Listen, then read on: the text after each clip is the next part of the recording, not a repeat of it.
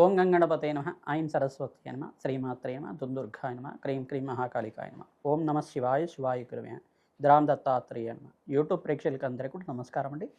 నేను పాలపర్తి గురునాథ్ శర్మ, జ్యోతిష్యం వాస్తు సిద్ధాంతిని. మీకంతా కూడా గోచారిత్య గ్రహాల యొక్క స్థితిగతి కదలిక వాటి ప్రభావం అంతా కూడా మేషాది ద్వాదశ రాశుల వాళ్ళకంతా కూడా ఎటువంటి గ్రహ గోచారంలో గ్రహస్థితి అంతా కూడా యోగకరంగా ఉందా, ఏ గ్రహాలకంతా కూడా శాంతి పూజలు ఆచిస్తే కనుక జీవితంలో మార్పులు జరుగుతాయి, ఆర్థికంగా ఆకస్మికంగా ధనయోగ ప్రాప్తి కలగాలన్నా, వ్యాపారంలో అభివృద్ధి కలగాలన్నా ఏ గ్రహాలంతా కూడా కారకత్వం అవుతున్నాయి విశ్లేషణ చేయడం జరుగుతుంది. ప్రధానంగా చూసుకుంటే ఈ రోజున మనం చూసుకోబోయే గోచారరీత్యా గ్రహస్థితి అంతా కూడా ఈ రకంగా ఉంది. ఈ యొక్క వార ఫలితాల్లో భాగంగా ఏప్రిల్ నెలలో అంతా కూడా 12వ తారీఖు నుంచి 18వ తారీఖు దాకా వార ఫలితాలంతా కూడా విశ్లేషణ చేస్తున్నాం. ప్రధానంగా చూసుకుంటే గోచారరీత్యా గ్రహస్థితి ఈ రకంగా ఉంది. కుంభరాశిలో రాహువు సంచారం మరియు మీనరాశిలో అంతా కూడా రవి భగవానుడు ప్రధానంగా చూసుకుంటే 14వ తారీఖు తర్వాత మేషరాశిలో ఉచ్చస్థానంలో సంచారం చేయడం, మరియు ఇక్కడ ఈ యొక్క మీనరాశిలో రాహు ప్రధానంగా శనీశ్వరుడు, అంగారకుడు, బుధ భగవానుడు, సూర్య భగవానుడు అంతా కూడా సంచారం జరుగుతుంది. శుక్రుడంతా కూడా ఈ యొక్క వార మధ్యలో అంతా కూడా చూసుకుంటే 13వ తారీఖు తర్వాత ఈ యొక్క వృషభ రాశిలో సంచారం చేయడం జరుగుతుంది. ప్రధానంగా చూసుకుంటే ఈ గ్రహస్థితి ఈ రకంగా ఉంది. బృహస్పతి అంతా కూడా మిథున రాశిలో సంచారం చేయడం, మరియు ఈ యొక్క కేతు యొక్క సంచారం అంతా కూడా సింహరాశిలో సంచారం జరుగుతుంది. కాలసర్పదోషంలో ఈ యొక్క గ్రహస్థితి అంతా కూడా కాలసర్ప స్తంభంలో అంతా కూడా ఉంది. ప్రధానంగా చూసుకుంటే కొన్ని రాశుల వాళ్ళకంతా కూడా అదృష్టయోగం కలిసి రావడం కానీ, కొన్ని రాశుల వాళ్ళకంతా కూడా మిశ్రమైన ఫలితాలు రావడం కానీ జరుగుతూ ఉంటాయి. ప్రధానంగా గోచారిత్య గ్రహస్థితి ఏం చెప్తుందంటే కర్మయోగాన్ని అంతా కూడా చెప్తుంది. కర్మ ఫలితాన్నంతా కూడా అనుభవించే విధంగా, కర్మదోషాన్ని నివారణ చేసే విధంగా గ్రహదేవతలంతా కూడా ఈ యొక్క దోషాన్నంతా కూడా పరిష్కారం చేసే విధంగా ఉంటారన్నమాట. ప్రధానంగా చూసుకుంటే శనీశ్వరుడు కర్మఫలదాత, బృహస్పతి అంతా కూడా యోగదాత అంతా చెప్పేసి అంటారు. ప్రధానంగా రాహు అంతా కూడా కర్మని అనుభవించే విధంగా చేస్తుంటారు. రాహుకేతులు ఇద్దరు కూడా కర్మని అనుభవించే విధంగా చేస్తుంటారు. ఈ గోచారిత్య గ్రహస్థితులంతా కూడా చూసుకుంటే వీటికి కేంద్రంగా అంతా కూడా చెప్తూ ఉంటారు. ప్రధానంగా మేషాది ద్వాదశ రాశులు అంతా కూడా ఈ గ్రహస్థితి ఈ రకంగా ఉంది కావున ప్రతినిత్యం కూడా ఇష్టదేవత ఆరాధన చేసుకోవడం, పరమేశ్వరుడికి అభిషేకాది కార్యక్రమాలు చేసుకోవడం, గోమాత సేవ చేసుకోవడం వల్ల రాజయోగ ప్రాప్తి కలుగుతుంది. ప్రతినిత్యం కూడా దత్తాత్రేయ ఆరాధన చేసుకోవడం వల్ల కూడా మంచి ఫలితాలు పొందుతారు. దత్తాత్రేయాయ స్మరణ మాత్రైన సంతుష్టాయ నమః నామాన్నంతా కూడా జపాన్ని ఆచరించడం వల్ల మంచి ఫలితాలు పొందుతారు. ప్రధానంగా చూసుకుంటే సకల గ్రహ దోష నివారణ అవడానికి ఆస్కారం ఉంటుంది. ప్రతినిత్యం కూడా అమ్మవారి ఆరాధన, దేవీ భాగవతాన్ని పారాయణం చేసుకోండి. ఖడ్గమల స్తోత్రాన్ని ప్రతినిత్యం కూడా చదవడం కానీ చేయడం కానీ చేయండి.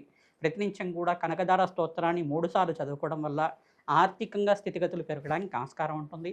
ప్రతినిత్యం కూడా మేము చెప్పే పరిష్కారాలంతా కూడా ఈ గ్రహాల యొక్క దోషం ఈ కారకత్వంగా ఉంది కావున దీనికి పూజ చేసుకుంటే మంచి ఫలితాలు పొందుతారని చెప్తుంటాం.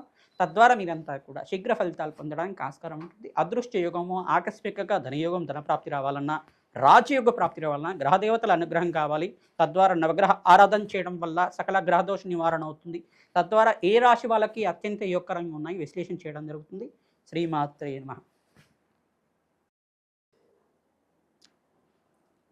వృషభ రాశి జాతకులకి ఏప్రిల్ నెల వార ఫలితాల్లో భాగంగా 12వ తారీఖు నుంచి 18వ తారీఖు దాకా మీకంతా కూడా విశ్లేషణ చేయడం జరుగుతుంది. ప్రధానంగా చూసుకుంటే ఈ వారంలో మీకంతా కూడా ఏ గ్రహాలంతా కూడా యోగకరంగా ఉన్నాయి, ఏమైనా గ్రహాలంతా కూడా దోషకారిగా ఉన్నాయా, గ్రహకారకత్వాలంతా కూడా ఏం విశ్లేషణ చేసి మీకంతా కూడా చెప్పడం జరుగుతుంది. ప్రధానంగా చూసుకుంటే వృషభ రాశి జాతకులకంతా కూడా రాశిలో శుక్రుడి యొక్క సంచారం జరిగినప్పుడు యోగకరంగా ఉంటుంది. మీకంతా కూడా వార మధ్యలో జరుగుతుంది. మీకంతా కూడా శుక్రుడు యోగకరంగా మారబోతున్నారు. మరియు ఇక్కడ అంగారకుడు మార్పు కూడా జరిగిన తర్వాత మీకంతా కూడా రాజయోగ ప్రాప్తి కలుగుతుంది. ఇక్కడ అంగారకుడు శనీశ్వరుడు కలిగి జరుగుతుంది కావున వెంకటేశ్వర స్వామి వారికి తులసిమాల సమర్పించడం వల్ల మీ ఇంట్లో అంతా కూడా చిన్న చిన్న మనస్పర్ధలు కానీ, గృహంలో కానీ, మీ యొక్క బంధువులతో కానీ, మీకంతా కూడా జాబ్లో మీ కొలీగ్స్తో అయినా కానీ, మిత్రులతో అయినా కానీ మనస్పర్ధలు కానీ, మాట పట్టింపులు కానీ జరగకుండా ఈ గ్రహదేవతల అనుగ్రహం అంతా కూడా శుభ ఫలితాలు ఇచ్చే విధంగా మారడానికి అవకాశం ఉంటుంది. సుబ్రహ్మణ్య స్వామి ఆరాధన చేయడం, వెంకటేశ్వర స్వామి వారికి తులసిమాల సమర్పించడం వల్ల రాజయోగ ప్రాప్తి కలుగుతుంది. ఈ యొక్క తామర పూలతో మహాలక్ష్మీదేవిని ఆరాధన చేయడం వల్ల మహాలక్ష్మి స్థిర నివాసం కలగడానికి ఆస్కారం ఉంటుంది. వ్యాపారంలో అనుకోకుండా మీకంతా కూడా ఆకస్మికంగా ధనయోగ ధర ప్రాప్తి కలుగుతుంది. నూతన వ్యక్తుల పరిచయం వల్ల లాభాలు గణిస్తూ ఉంటారు. తద్వారా మీకంతా కూడా లక్ష్మీ కటాక్షం కలగడానికి ఆస్కారం ఉంటుంది. 14వ తారీఖు తర్వాత సూర్యభగవానుడు మీకంతా కూడా ఉచ్చస్థానంలో మేషరాశిలో సంచారం చేస్తారు కావున ఇక్కడ రాజయోగ ప్రాప్తి కలుగుతుంది. మీకంతా కూడా ధన ధాన్యాది సమృద్ధి కలగడానికి ఆస్కారం ఉంటుంది.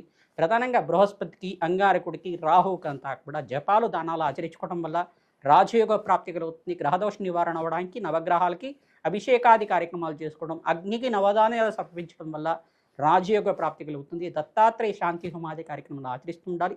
దత్తాత్రేయాయ స్మరణ మాత్రైన సంతుష్టాయ నమః అనే నామాన్ని ప్రతినిత్యం కూడా జపాన్ని ఆచరించండి. సకల కష్టాల నుంచి విముక్తి కలగడానికి ఆస్కారం ఉంటుంది. శ్రీమాత్రే నమః.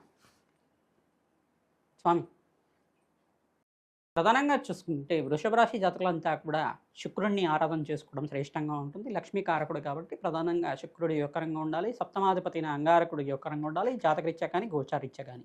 ప్రధానంగా చూసుకుంటే శుక్రుడు రాశిలో సంచారం చేసేటప్పుడు రాజ్యయోగ కారణంగా మారుతుంది. ప్రధానంగా జాతకరీత్యా మీకంతా కూడా చూసుకుంటే ప్రధానంగా వ్యాపారంలో అభివృద్ధి కలగాలన్నా, ఉద్యోగంలో మార్పులు జరగాలన్నా, ఉద్యోగంలో ప్రమోషన్స్ రావాలన్నా మీకంతా కూడా ప్రధానంగా ఈ గ్రహాలు కారకత్వం అవుతుంటాయి. బుధ భగవానుడు, శుక్రుడు, అంగారకుడు మరియు శనీశ్వరుడు అంతా కూడా జాతకరీత్యా యొక్కరంగా ఉండాలి. గోచారీత్యా కూడా బలం ఎక్కువగా ఉండాలి. తద్వారా రాజయోగ ప్రాప్తి కలుగుతుంది. వివాహాది శుభకార్యాలు జరగాలన్నా ఈ గ్రహాలంతా కూడా యొక్కరంగా ఉండాలి. ప్రధానంగా విదేశంలో స్థిరత్వం లభించడానికి అవకాశాలు ఉంటాయి. దూర ప్రయాణాలు చేయడం వల్ల లభిస్తూ ఉంటారు. శ్రమతో కూడిన సంపాదన పెరుగుతుంది. అనుకోకుండా చిన్న చిన్న అనారోగ్య సూచనలు అనేది జరగడానికి అవకాశం ఉంటుంది. తద్వారా మీరంతా కూడా కొంచెం ఇబ్బంది పడే అవకాశం ఉంటుంది. కావున ప్రతినిత్యం కూడా పరమేశ్వరుడికి భస్మాభిషేకం చేయడం వల్ల అపముంచ దోష నివారణ అవుతుంది. ప్రధానంగా జాతకరీత్యా గోచారీత్యా శనీశ్వరుడు కొంచెం బలహీనంగా ఉన్నాడు. కావున జాతకరీత్యా ఉన్న దోషాలకు కానీ గోచారీత్యా దోషాలకు కానీ శనీశ్వరుడికి, బృహస్పతికి, రాహువుకి, అంగారకుడికి, శుక్రుడికి అంతా కూడా జాతకరీత్యా బలహీనంగా ఉంటే ఈ గ్రహ దేవతలకు ప్రీతికరంగా నవగ్రహ శాంతి హోమాది కార్యక్రమాలను ఆచరించుకోవడం వల్ల శ్రేష్టమైన ఫలితాలు పొందుతారు. ప్రధానంగా ఈ యొక్క శంకుపూలతో పరమేశ్వరుని ఆచరించడం వల్ల మీకంతా కూడా మంచి ఫలితాలు పొందడానికి ఆస్కారం ఉంటుంది. పరమేశ్వరుడు ప్రీతికరంగా మారేడు దళాలతోటి, శంకుపూలతో నిత్యం అంతా కూడా అర్చించడం వల్ల రాజ్యయోగ ప్రాప్తి కలుగుతుంది. ధనధాన్యాది సమృద్ధి కలుగుతుంది.